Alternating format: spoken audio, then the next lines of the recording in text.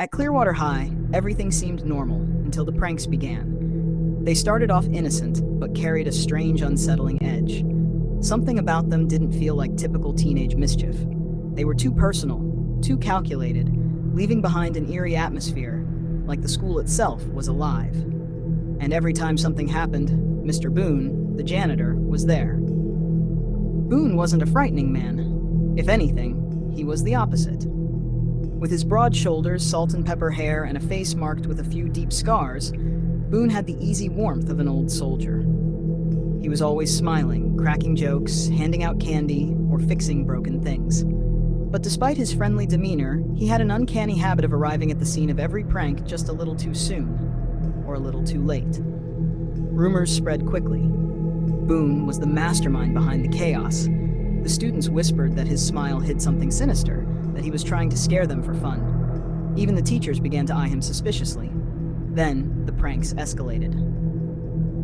It started innocently. One morning, the intercom played a slow, distorted version of Pop Goes the Weasel on an endless loop. No one could turn it off, not even when the principal smashed the speakers in frustration. The sound grew louder, twisting into something not quite human, until Boone appeared, grinning as always, and yanked out a mess of wires.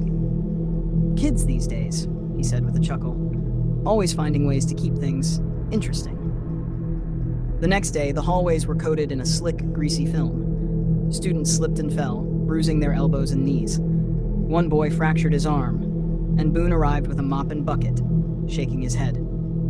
"Gotta be careful," he said cheerfully. "Could have been worse." But things only got darker. In the biology lab, Mr. Reynolds opened a cabinet and found dozens of dead rats, their bodies piled unnaturally. Boone showed up within minutes, sweeping them into a trash bag with the same casual ease he used to clean gum off the floor. "Seems like someone's idea of art," he joked, though his smile seemed tighter than usual. The cafeteria was next. Every milk carton had been swapped with spoiled yogurt. The soda machine dispensed a foul-smelling liquid. Stephanie took a sip and immediately gagged, spitting it out in disgust. Boone calmly cleaned up the mess. "Gotta stay hydrated," he said with a smile that didn't quite reach his eyes. Then came the mirrors. Hallways that had been ordinary the day before were suddenly lined with full-length mirrors. The reflections inside weren't right. They moved slightly out of sync with the real world. One student swore his reflection whispered, "It's hungry."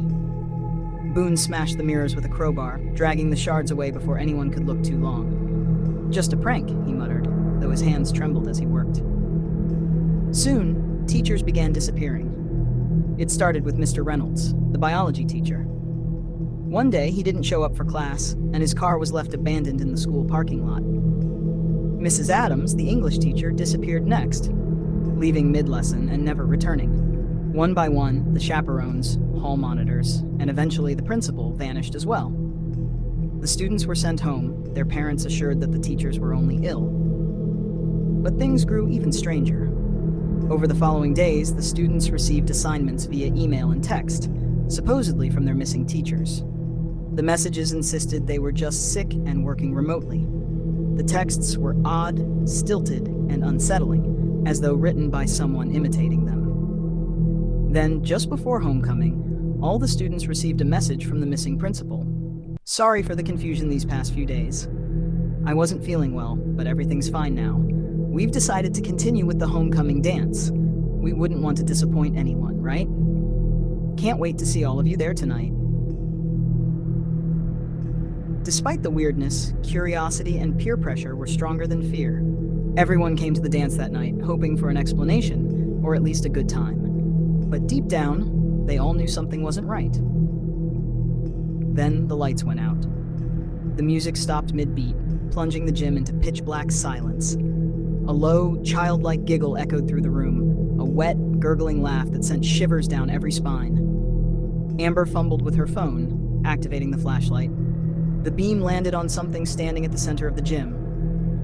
A hulking figure, 7 feet tall, its skin stretched tight over its skeletal frame. Its mouth was a grin of blackened, needle-like teeth, dripping with dark liquid. The students screamed, scrambling for the exits, but the doors wouldn't budge. The monster moved swiftly, dragging students into the shadows one by one. Cries for help were swallowed by the darkness. Boone appeared from the shadows, dragging Amber and a few others into a corner. He pulled a silver flask from his coat and poured a line of liquid in a circle around them. The monster snarled, slamming against the invisible barrier, unable to cross. "We're safe here," Boone whispered, "as long as we stay inside." Amber stared at him, trembling. "What is that thing?" Boone sighed, his shoulders slumping under the weight of years. "It's been trapped here for a long time, longer than I've been around. It feeds on fear, grows stronger the more afraid people get. The pranks? That's it, playing with us. Every one of them was designed to make fear the strongest thing in this school." Amber's voice wavered. "Why? Why didn't you tell anyone?" Boone looked away, regret clouding his eyes. "I tried, but when I told people what was really going on, they just laughed. Said I was crazy. Every teacher, every principal, they're gone now. Killed by that thing. I'm the only one left who knows what it is." Amber shook her head. "So you just let it happen?" "No," Boone whispered. "I fought it the only way I knew how. I cleaned up every mess, cracked every joke, anything to make people forget, even for a second. Fear is what gives it power. Laughter keeps it weak. I thought if I could contain it, I could stop it from getting stronger." His voice dropped to a near whisper, but it was too late. Cody, his fists clenched with anger, glared at Boone. "I knew it. You're lying. You were part of this all along." "Cody, don't," Boone started, but Cody stepped out of the protective circle. The monster shrieked in triumph, lunging at Cody with lightning speed. Boone reached for him, but the barrier shattered and the monster broke free. "No," Boone yelled as the creature swept through the gym, dragging students into the shadows.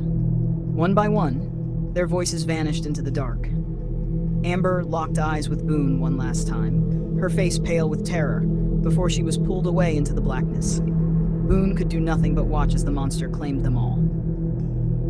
When the police arrived the next morning, they found Boone sitting alone in the darkened gym. His clothes were torn, and his hands trembled as he cradled the empty flask. Every student was gone. Only Boone remained, staring at the ruined gym with wide, unseeing eyes. Somewhere deep within the walls of the school, a soft giggle echoed.